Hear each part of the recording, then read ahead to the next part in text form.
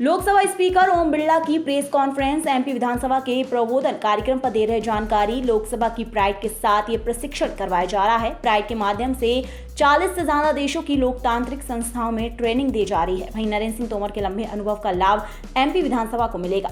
लोगों की सदन से कई अपेक्षाएं होती हैं। सदन की गरिमा और परिपाटी बनी रहे, ये हमारा प्रयास होता है। विधानसभा की कार्यवाही ज्यादा दिन तक चलनी चाहिए। ज्यादा से ज्यादा सार्थक चर्चा होनी चाहिए। कितनी ज्यादा सार्थक चर्चा होगी उतनी ज्यादा प्रोडक्टिविटी निकलती है। हमने पिछले सालों से कई नए नवाचार किए हैं। एक प्लेटफॉर्म तैयार किया है जिसमें लोकसभा और राज्यसभा की कार्यवाही को एक ही जगह पर देखा जा सकता है।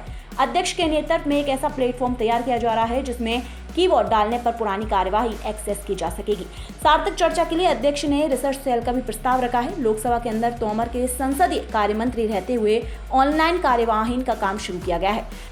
आज 98% तक सवाल जवाब ऑनलाइन आते हैं। राज्य की विधानसभाओं और लोकसभा में एक समान संसदीय प्रक्रियाएं हो, इसके लिए हम प्रयासरत हैं।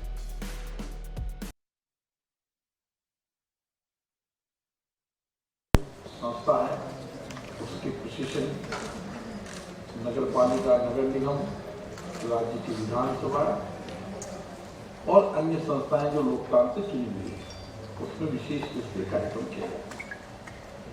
मध्य प्रदेश विधानसभा का एक लंबा गौरवशाली इतिहास परंपरा रही है। यहाँ के पूर्व अध्यक्षों ने इस सदन की गरिमा बढ़ाई है। विधानसभा अध्यक्ष के नाते तोमर साहब का एक लंबा अनुभव रहा है। राज्य के मंत्री के रूप में, विधायक के रूप में, केंद्र सरकार के मंत्री के रूप में, संसदीय कार्य मंत्री के रूप में। निश्चित रूप से इसका लाभ तो राज्य की विधानसभा को मिलेगा और राज्य की जनता को मिलेगा। चुने हुए जनप्रतिनिधियों से जनता की बहुत अपेक्षाएं रहती है, आकांक्षा रहती है और अपेक्षाएं, आकांक्षाएं सदन के माध्यम से पूरी हो। सदन में सार्थक चर्चा हो, संवाद हो, सहमति असहमतिमय लोकतंत्र की विशेषता है। लेकिन हमारा मानना है कि विधानसभाएं, विधानमंडल चलना चाहिए। उनकी गरिमा, उनकी प्रतिष्ठा, उनकी अच्छी परंपरा, अच्छी परिपाटी, इसके लिए लगातार हमारा प्रयास रहता है। हमारा प्रयास ये भी रहता है कि विधानसभाएं अधिक चले। लगातार विधानसभाओं की घंटी संख्या हम सबके लिए चिंता का विषय है।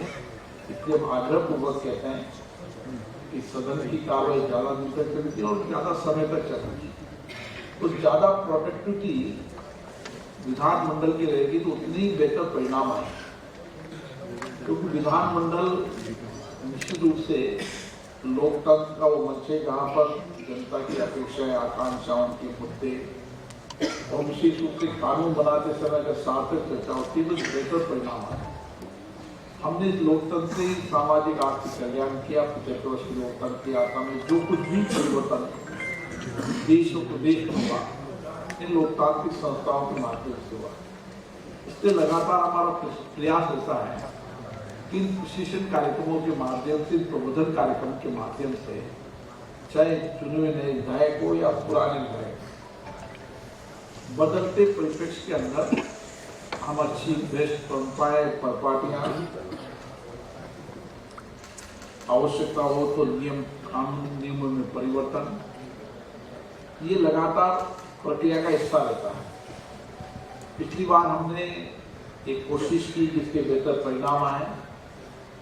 एक लेजिस्लेटिव प्लेटफॉर्म जिसपे राज्य की विधानसभाएं भी जुड़ी थी और केंद्रीय विधानमंडल, लोकसभा, हम एक प्लेटफॉर्म पर सारी गतिविधियां देख सकते हैं। उसमें कई विधानसभाओं के अंदर लेजिस्लेटिव कंप्राइज नहीं हो पाया, जहाँ हो चुका है उन्होंने डाल दिया है, ताकि एक प्लेटफॉर्म पर देश का बजट देख सके, देश की चर्चा देख सके, नियम कानून में हुए परिवर्तन देख सके। आम जन को उस एक प्लेटफॉर्म पर राज्य और केंद्रीय विधानमंडल की कार्रवाई मिले। इसके अपेक्षित परिणाम आए। मुझे लगता है कि विद इन एक साल के अंदर जब सब राज्य की विधानमंडल पुरानी डिबेट, चर्चा करवाई जाएगी तो उसका और बेहतर परिणाम आएगा। तो एक लेजिस्लेटिव वर्ष पर आप देख सकते हैं सारी की सारी कार्रवाई। विशेष रूप से नए विधायक या पुराने विधायक शेष परंपरा प्रॉपर्टी के साथ नियम प्रक्रियाओं को समझे, अच्छा और पूरे संविधान को पढ़े।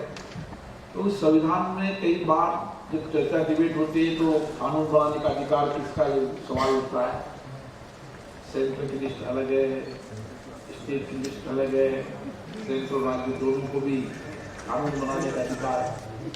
तो हमारे संविधान में जो अधिकार दिए गए हैं वो अधिकार स्पष्ट रूप से दिए गए, कार्यपालिका का, न्यायपालिका का, विधायक का। जितना संविधान का अध्ययन करेंगे जितनी अपनी विधानसभा की नियम प्रक्रियाओं का अध्ययन करेंगे, जितनी पुरानी डिबेट चर्चाओं का अध्ययन करेंगे, जितने कानून बनाते समय सार्थक चर्चा करेंगे, उतना ही बेहतर परिणाम आएगा। इसलिए माननीय अध्यक्ष महोदय ने यहाँ पर एक बेहतर रिसर्च सेंटर खोलने की योजना है। आने वाले समय के अंदर मध्य प्रदेश के अंदर, जैसा कि अध्यक्ष जी बताएंगे, कि बेहतर रिसर्च सेंटर होगा जिसमें ऑनलाइन पूरी डिबेट पड़ी जाएगी। जिस कानून के अंदर उस कानून का पहला कानून कब बना था, उसमें क्या क्या परिवर्तन हुआ, तो एक प्लेटफॉर्म पर आप देख पाएंगे। उसी के तहत महत्वपूर्ण मुद्दों पर क्या क्या सब चर्चा हुई, जो महत्वपूर्ण मुद्दे प्रदेश की थे उन पर क्या क्या चर्चा हुई। एक प्लेटफॉर्म पर मेटा डेटा के आधार पर सब्जेक्ट डालने के पर आप उसकी पूरी डिबेट निकाल सकते हैं।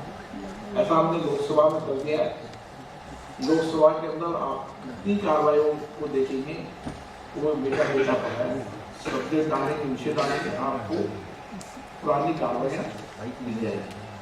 इसलिए विधानमंडल में प्रशासन का यह अनुभव रहता है कि विधायक पुराने डिबेट, चर्चाएं, प्रश्नकाल, अन्य जो उस राज्यों के जितने भी काम, नियम, प्रक्रिया, उनका अध्ययन करने के साथ इन मुद्दों को, क्योंकि लोकतंत्र के अंदर सरकार को भी राज्य की विधानसभाओं की चर्चा, संवाद, लोगों की अपेक्षाएं, कठिनाइयां जो भी होती है उससे एक लोकतांत्रिक मंच जिससे सारे प्रदेश की समस्या से अवगत हो जाता है, ताकि सरकार भी एक बेहतर परिणाम ला सकता है। और इसीलिए ये 2 दिन का प्रशिक्षण कार्यक्रम है। मुझे लगता है कि एक बेहतर परिणाम निकलेंगे और आने वाले समय में हम देश की लोकतांत्रिक संस्थाओं को और सशक्त करके मजबूत कर पाएंगे, पारदर्शिता कर पाएंगे, जवाबदेही कर पाएंगे। हर व्यक्ति विधानसभा की कार्यों को देख सके, चर्चा को देख सके, लेजिस्लेटिव वर्क को देख सके, लेजिस्लेटिव डिबेट को देख सके। ये आने वाले समय के अंदर, जैसे अभी माननीय जी ने कहा है कि जो नेवा है, जो के कार्यकाल में संसदीय कार्य मंत्री थे, तभी शुरू हुई थी। अभी तक 20 विधानसभाओं के अंदर कंप्राइज का काम शुरू है। 100% लेजिस्लेटिव काम पार्लियामेंट में हो चुका है। प्रश्नकाल, प्रश्न करना, प्रश्न उत्तर हुआ सब ऑनलाइन डलते हैं। 98% लोग प्रश्नकाल ऑनलाइन डालते हैं, ऑनलाइन उनको उत्तर जवाब मिलता है।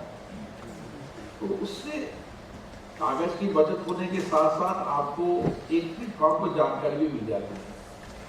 हमारी स्पीकर कॉन्फ्रेंस में भी समय समय पर मुद्दों पर चर्चा होती रहती है, सदन की गरिमा, शालीनता पर चर्चा होती है। हमने विधानसभा के अंदर भी कहा, विधानसभा के बाहर भी कहा कि नियोजित तरीके से सदन को स्थगित करना ये अच्छी परंपरा नहीं है। प्रतिपक्ष का, सत्ता का, दोनों का मत ये है कि चर्चा हो, संवाद हो, मुद्दे उठे, विवेक हो।